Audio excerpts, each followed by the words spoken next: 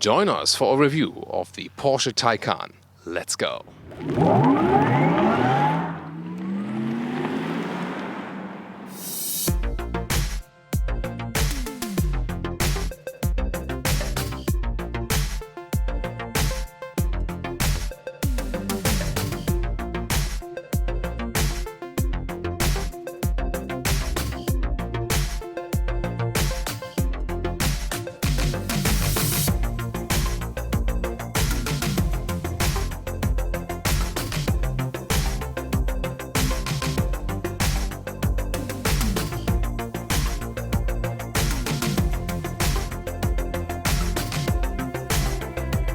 Very impressive front we can see here. It does have the Porsche DNA, but somehow has also a distinctive styling, especially here how the headlamps are cut in. 4-dot LED design. LED is also standard, the main headlamp unit, and optional you can get this one here, the LED matrix system. 4 meters 96, 16 foot 3 or 195 inches is the length here of the Porsche Taycan. 9 centimeters or 3.5 centimeters less than the Porsche Panamera. So this is not a small vehicle.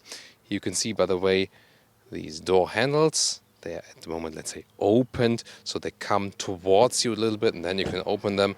And when you actually close the vehicle, then they disappear completely. We already know that from the new 911. Charging ports, by the way, are available for both sides. Option another AC charging port here on the driver's side. We'll soon go into details of that. Well, then the wheels here, 20-inch today. Usually the Taycan 4S, which we have here today, so far the base version, starts with 19-inch wheels. An option, the 20 would be standard for the Turbo, and 21 would be standard for the Turbo S. These are also the so-called aero wheels. You see, they are a little bit more closed, so they give you better wind efficiency. But they, in this case, also hide a little bit of the brakes, because you can get the PSCB and the PCCB. So both special brakes are available. The main charge port is here on the co-driver side. Open it like this. Then you have the standard 11 AC charger at maximum, or then DC charger. And battery sizes either 79 or 93 kilowatt hours. Depends on the 4S, starts with a smaller one. But here we also have the performance pack. Then you also get the bigger battery in the 4S. Also very massive and impressive rear. The light strip goes all the way over the vehicle. Can be even seen here at daytime, but a little bit better, of course, at night. And one more technology feature I want to talk about here. There's one electric motor in the front and one electric motor in the rear, but the one in the rear has a 2-speed transmission. Actually, that's pretty rare with electric vehicles. Reason for that is that it's also then efficient at higher speeds. Well, and it will still be rear-wheel biased, of course, but the more you push the throttle, the more power will also come from that front motor. Well, and as for power figures and so on, let's take a calm moment right here. You start with the 4S, has 530 horsepower or a max peak of 571 horsepower in the performance pack. We also have it here today. You would start again with a smaller battery, 79 kilowatt hours, or go for the bigger battery, including the performance pack, 93 kilowatt hours. So this 4S here is about 100k euros or dollars. The performance pack is about 6.5k, so 6,500 euros or dollars extra. Then you get the bigger battery. I think most people would go for that. The bigger battery here, range-wise, I'll also talk about more that when we drive the car, but you can expect some 250 kilometers minimum to a maximum of 400 kilometers, and something in between as a realistic figure. Depends on winter or summer and how hard you push it. And that would be about 150 to 250 miles. So range-wise, it's not the king of the range. Yeah, that is left to the Tesla. This one here more about the driving dynamics. You'll see it soon while driving. Then there is the turbo. Of course, doesn't have to do anything with the turbo, but it's just called that way because they want to, have a comparison horsepower figure-wise. The turbo actually a little bit more powerful than the 680 horsepower. And 3.2 seconds is the acceleration, whereas in the 4S it's about 4 seconds. So that's a different 0.8 seconds, 2 kilometers or 62 miles an hour. And then there's the Turbo S, 2.8 seconds, so less than 3 seconds in the acceleration figure, and 760 horsepower is the peak right there. Well, which one should you go for, considering that a Turbo S is about almost double the price than the 4S? It's quite obvious that probably the car we have here today, 4S, with the performance spec, with the bigger battery and the sustainable interior, that's probably the Taikhan to go for, price performance and also practicability wise.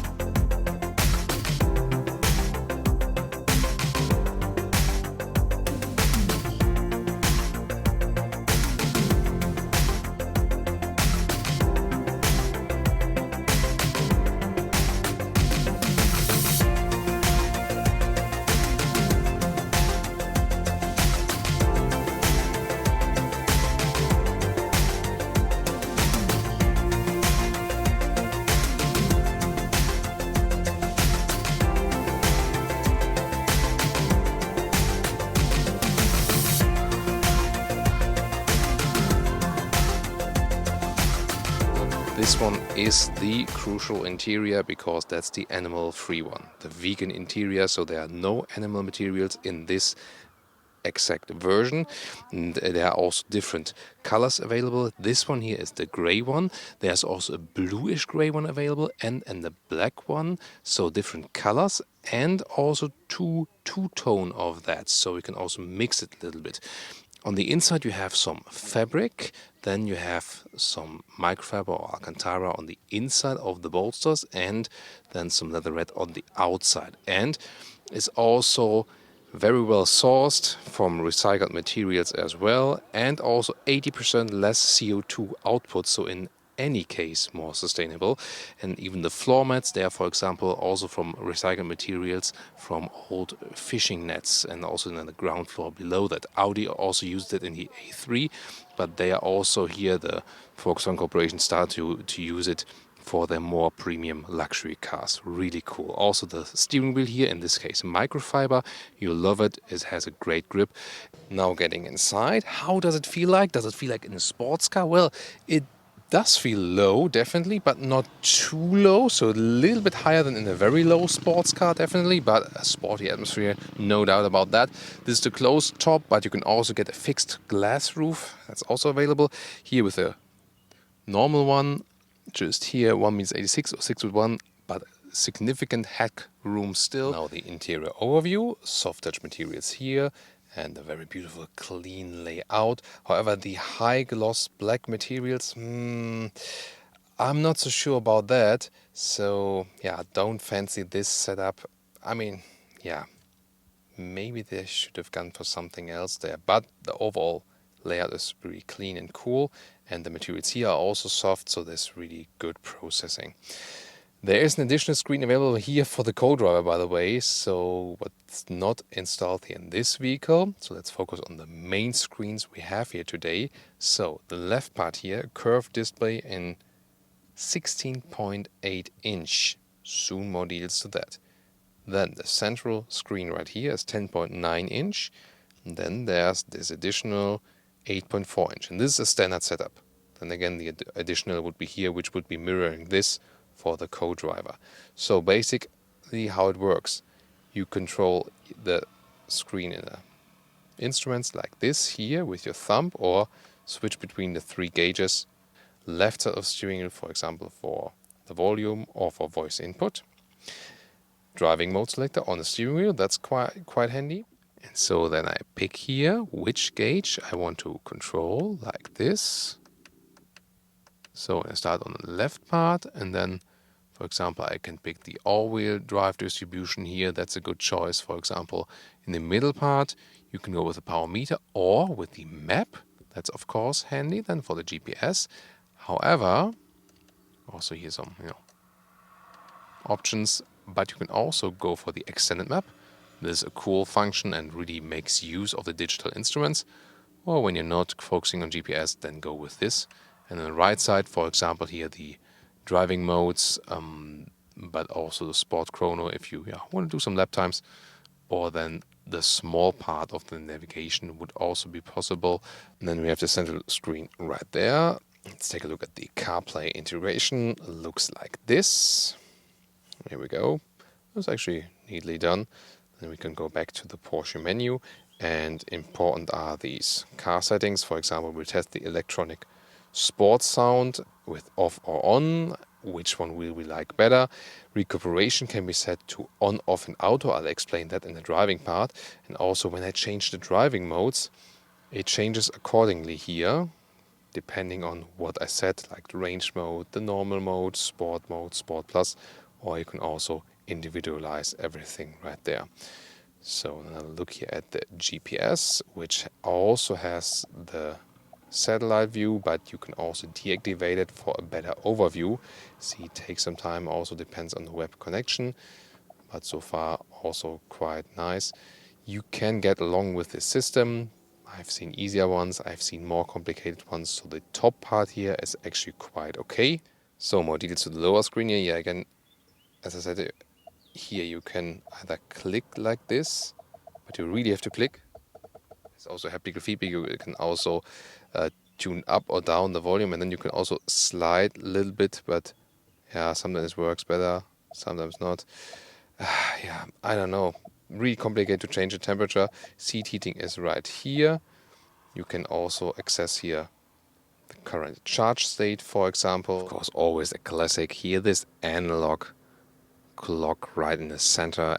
And I mean, it's not really necessary, but always beautiful to look at. And here in the rear, also soft touch at the inside of the doors. Hardly any space at the inside of the doors, however. So, and then this actually does work very well legroom wise. So, you know, even if I'm driving and there is this comfort feature for the driver that the front seat is going backwards when getting out of the car, and then when you hit the ignition, then it goes back again.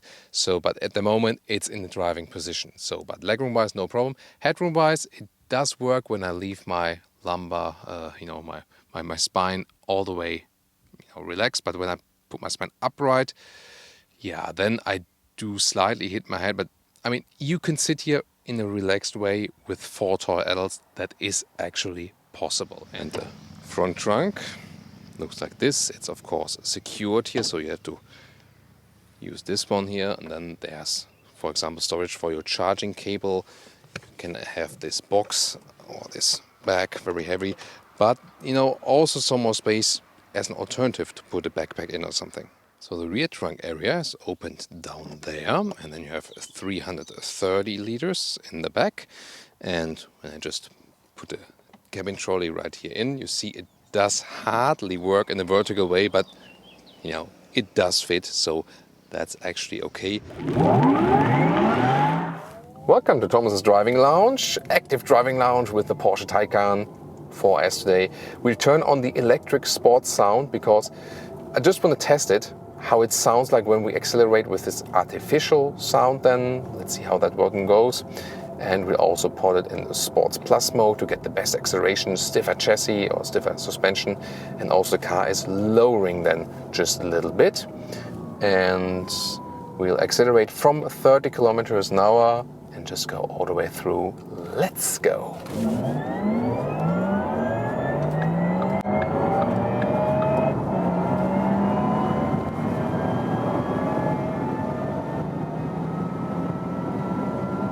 That's 200 kilometers an hour or 125 miles per hour, and that was quick.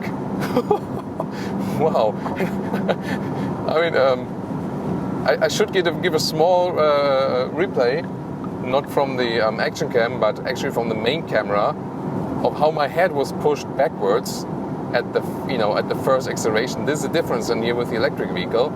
And I mean, wow, how silent is it in here? I mean, there's no engine sound that's overlaying something, but the insulation is so superb, 200 kilometers an hour. And look at that, lane change, how stable the car is, incredible. Now, on the brakes, very well to control, really nice, of course.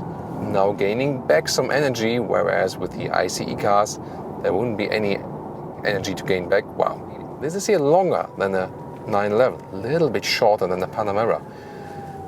But the Porsche Taycan I mean, has the ultimate flawless driving feeling, I have to say. Look at that. I mean, just a little bit overtaking on the right, brakes, go to the left again. It's such a heavy vehicle due to the battery. It's not a short vehicle. But due to the good suspension, air suspension, comfort and sportiness at the same time, then the anti-roll control, and the rear axle steering, which is a great thing, you know, giving you more agility, rear axle in the opposite direction of the front wheels at lower speeds, higher speeds, parallel them to give you more stability. This car feels so agile and it feels so much smaller than it actually is. And that's, I think, to me, one of the most astonishing things about this vehicle. You know, when you drive it normally, it feels like between 911 and Panamera. But when you attack it really, when you drive it very sporty, when you push it around the corners, you might expect, oh, that weight from the battery, that, you know, might be not so good for the vehicle. It might appear heavier than it actually is, but I can tell you, the faster you move this car, the more it feels even more agile than a 911.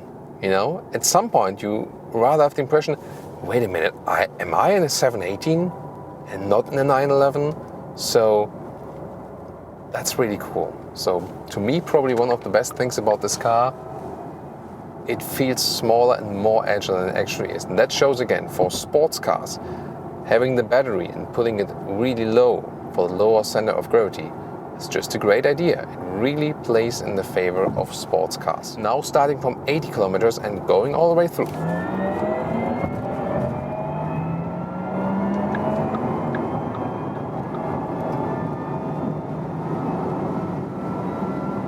200 kilometers an hour or 125 miles per hour. Once again, wow. And so stable here, high-speed corner. But you realize it was again the electric sports zone because it is automatically on in the Sports Plus mode. That's now 120 kilometers an hour. And let's accelerate it out without the sports sound.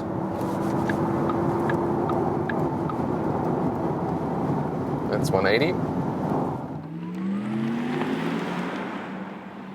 Well, and now driving up the hill, sports mode. Let's see how agile that thing is in the corners.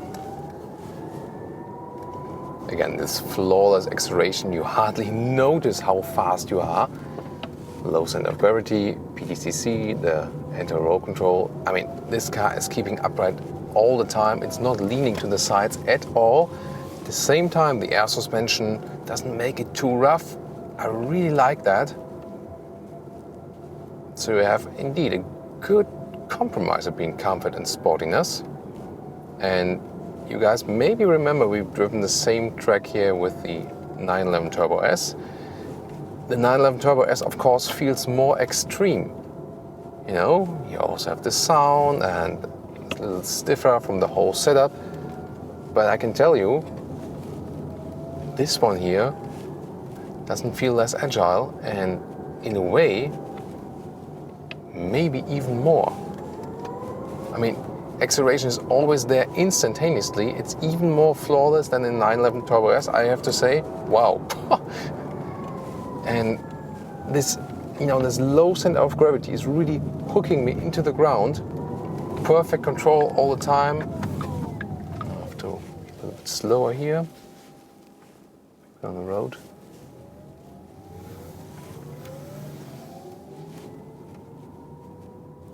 Just a little respect. I mean, I don't have a sick sound today, but still. Wow. This is really amazing. Wow. So again, best rating for agility, and this car is almost 5 meters long, and probably at this size, at this segment, the most agile car I've driven, like feeling-wise, again, in this very segment, if you look at that size.